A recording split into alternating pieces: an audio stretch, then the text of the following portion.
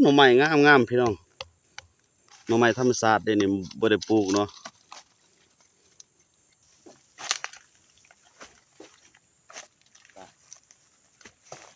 สบายดีทุกคนมื้อนี้พาลูกสาว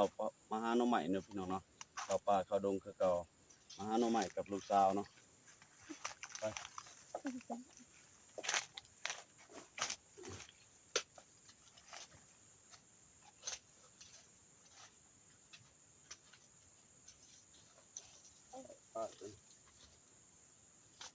น้องบัง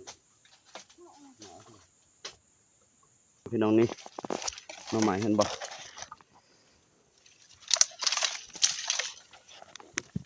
เฮ็ดน้ำหน้ากะกองหน้า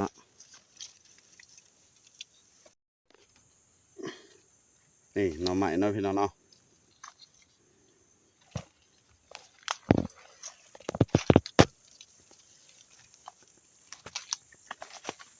นี่แน่เอาผ้าไหมลูก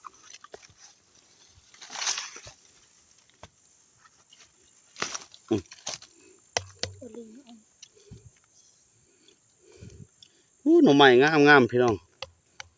หน่อไม้ธรรมชาติเดี๋ยวนี้บ่ได้ปลูกเนาะ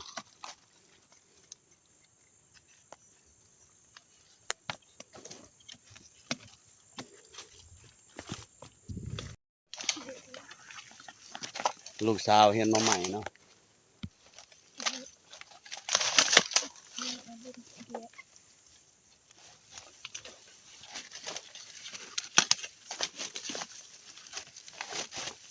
ไม่ใช่ลูกจ้ะ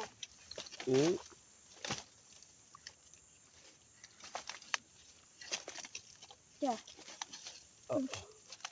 ก็ได้บังเนาะใบหน่อแหละก็ได้ติว่ะต่อยยังดีติเอ๊ะไปตรงหน้าดิหน้าโอ้เห็นแล้วเห็นอีกแล้วนะนี่ไม่ดีเลย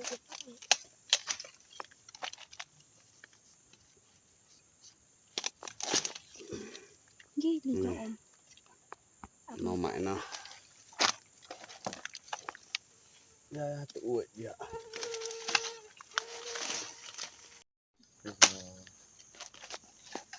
น้องนั่นน่ะน้อง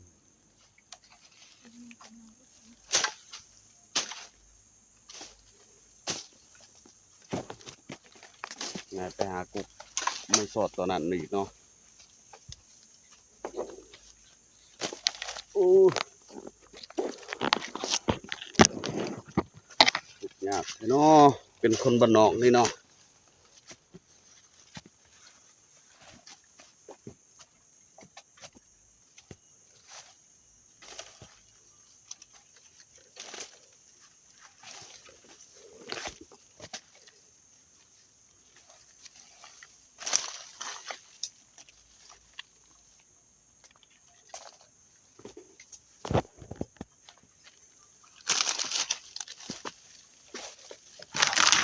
หน่อไม้ก็ยากมีเท่านั้น